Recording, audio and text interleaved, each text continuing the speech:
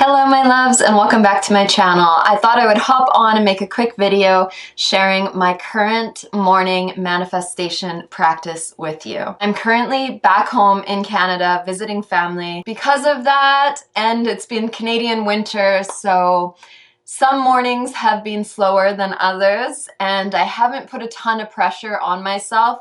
When I first got here, I was like, okay, between this chunk of time, I'm doing this, between this chunk of time, I'm doing this, and after the first week, I'm like, okay, this is just not working. I need more flexibility. And I'm sharing that because as entrepreneurs or just those interested in self-development and self-help and spirituality, we often put a lot of pressure on ourselves. And Osho said that routine kills life. It kills joy. And I know there's a lot of people that really desire having that structure and thrive from having that structure, but for me personally, I need more flexibility, and I'm just not an entrepreneur who will be waking up at 5 a.m.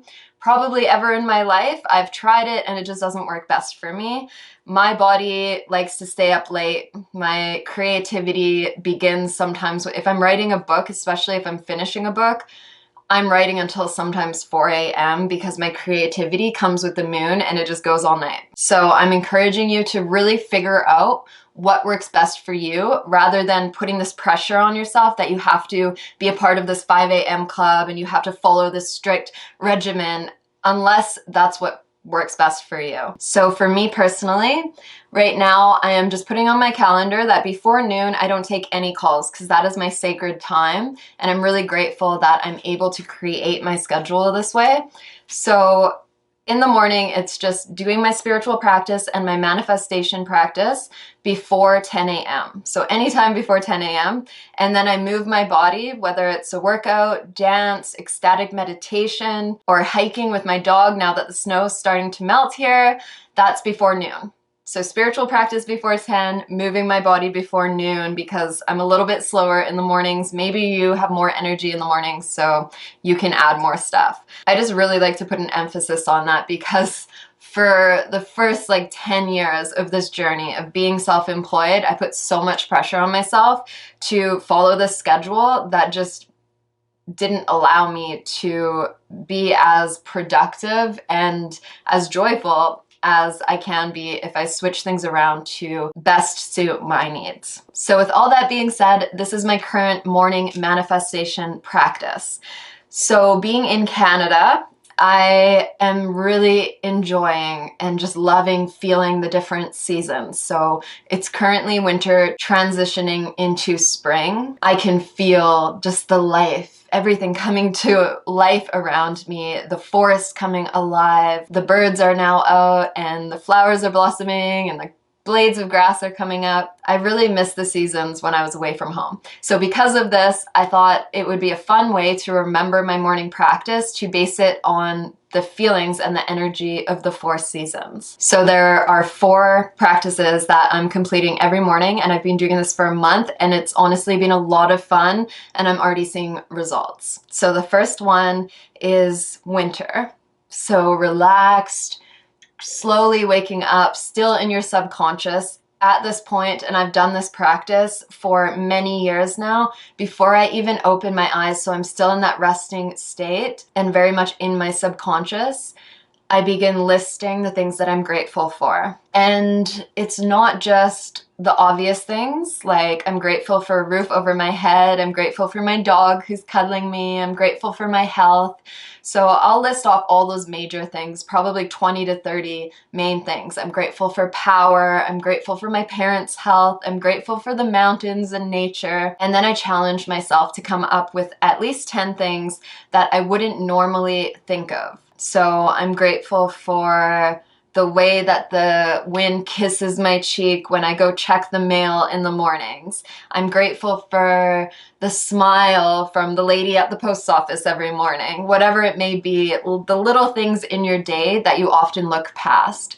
So list all the big things, and this usually takes me 3 to 4 minutes, and then small little things. And if you're struggling with coming up with the smaller things, come to the senses. So what do you hear throughout your day? What do you feel? What do you see that you might often just glance at and keep walking? So that's winter, and then we have our spring.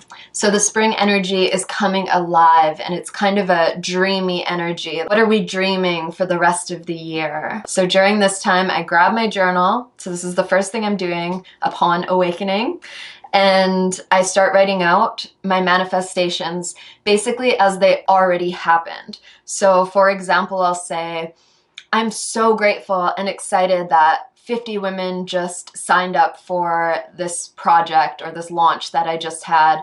And I'm so grateful that I just made this exact amount of money. And I'm so grateful that my love made me blueberry pancakes this morning. I'm currently single, so dreaming here and calling it in and already embodying that frequency, that energy, as though it's already yours. And I tell myself that all the time. It's already yours. It's already a done deal. And you can also do this just for the day ahead. So you can write as though it's the end of the day. For example, the interview I had went incredible and everyone loved what I shared and it felt so good and I felt so empowering afterwards. It was such an incredible day. And again, making it believable so it feels like it's attainable to you, but also dreaming big at the same time. But if we just state things that feel so far away, our subconscious might be like, that's so far, too far away, that's too crazy, and we're not even gonna try to take the steps to get there. So make it believable to your subconscious and have fun with it. And by doing this, we're really becoming that energy first and living and embodying it before it's actually ours.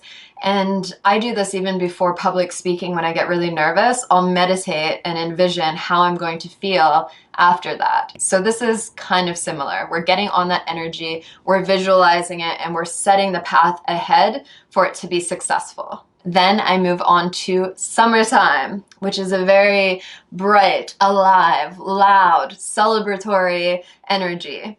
So I get up and I usually put my AirPods on because I like having music in my ears. It feels more internal for me.